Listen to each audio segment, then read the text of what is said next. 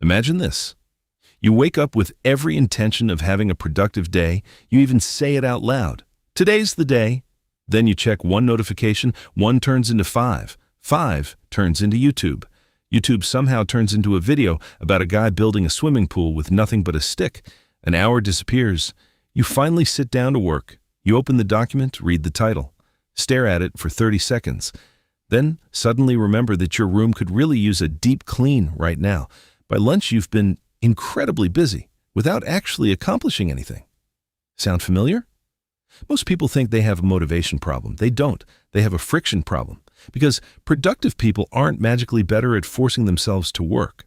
They're just much better at making the right thing easier than the wrong thing. That's the entire game.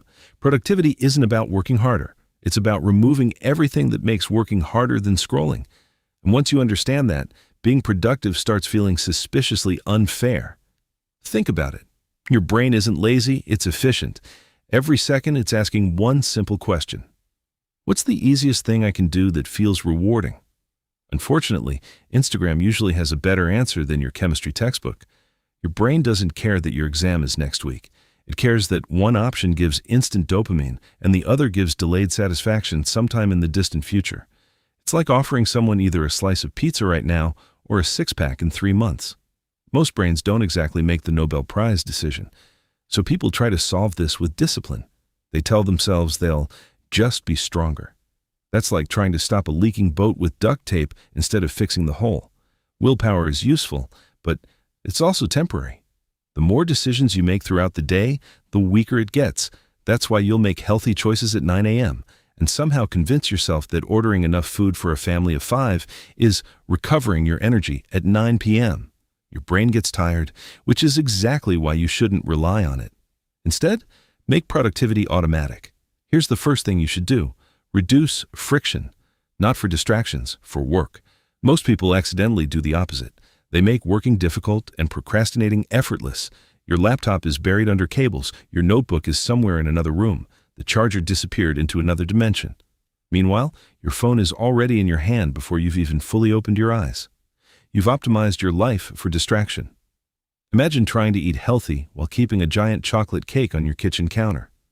Technically possible? Sure. Necessary? Absolutely not. The easier something is to access, the more you'll do it. So make work ridiculously easy to start. Leave your notebook open.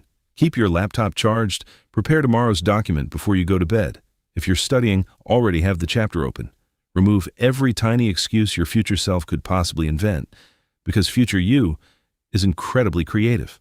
I can't work because I need water. I should probably answer this message first. I'll start after one more video. Future, you deserves an Oscar. Here's something weird. Starting is almost always harder than continuing. Ever noticed how going to the gym feels impossible until you're actually there? Nobody finishes a workout wishing they had stayed on the couch. The hardest rep is usually opening the front door. This is called activation energy, just like pushing a car. The first few seconds require almost all the effort. Once it's rolling, keeping it moving becomes much easier. Your brain works exactly the same way. That's why productive people don't tell themselves to work for 5 hours. They tell themselves to work for 5 minutes. 5 minutes sounds harmless. Your brain doesn't panic. Then something funny happens.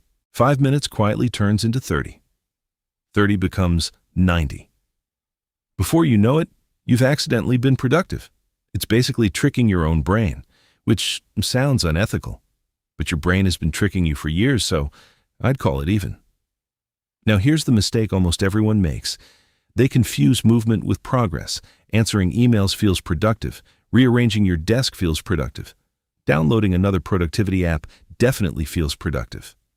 Actually doing the important task? That somehow gets postponed until tomorrow. It's productivity theater. You're performing the role of a productive person instead of actually being one. It's like buying expensive running shoes, watching marathon documentaries, learning optimal breathing techniques, and never leaving your driveway. The uncomfortable truth: most important work feels uncomfortable. That's why it's important. If it were easy, everyone would have done it already. Which brings us to one of the biggest productivity killers you'll ever face: context switching. Imagine trying to read a book, but every 90 seconds someone taps you on the shoulder. Hey, look at this meme. Oh, one more thing. Quick question. Could you finish the chapter? Probably. Would it take 3 times longer? Absolutely. That's exactly what notifications do. Every notification steals a little piece of your attention, even if you ignore it. Because now part of your brain is wondering what it was. One vibration can cost several minutes before you're fully focused again. And most people let that happen dozens of times every single day. Imagine trying to fill a bathtub while someone keeps pulling the drain plug. That's your attention. You're constantly rebuilding focus instead of using it, which is why 1 uninterrupted hour will almost always beat 3 distracted hours. Every single time. And that's where the next part becomes almost unfair. Because once you know how to create deep focus on demand, you stop relying on motivation altogether. And that's when productivity starts feeling illegal. Here's the secret almost nobody talks about. Flow isn't something you accidentally fall into. It's something you can engineer. Most people think they need to feel inspired before they can focus. That's backwards. Focus creates motivation, not the other way around. Think about your favorite video game. Nobody needs motivation after they've already been playing for 20 minutes. The game hooked them first. Your work needs to do the same thing. Here's the system.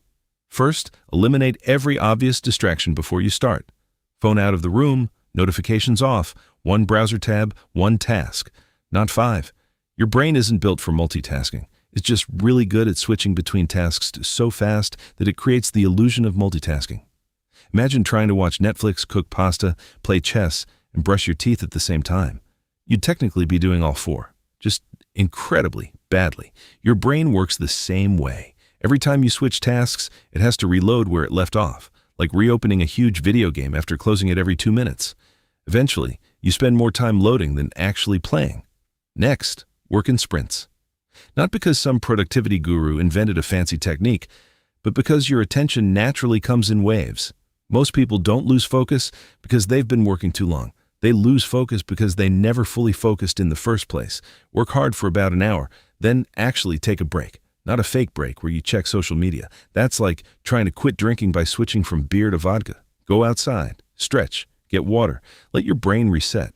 When you come back, you'll be surprised how much easier it feels to continue. One last thing. Stop measuring productive days by how exhausted you are.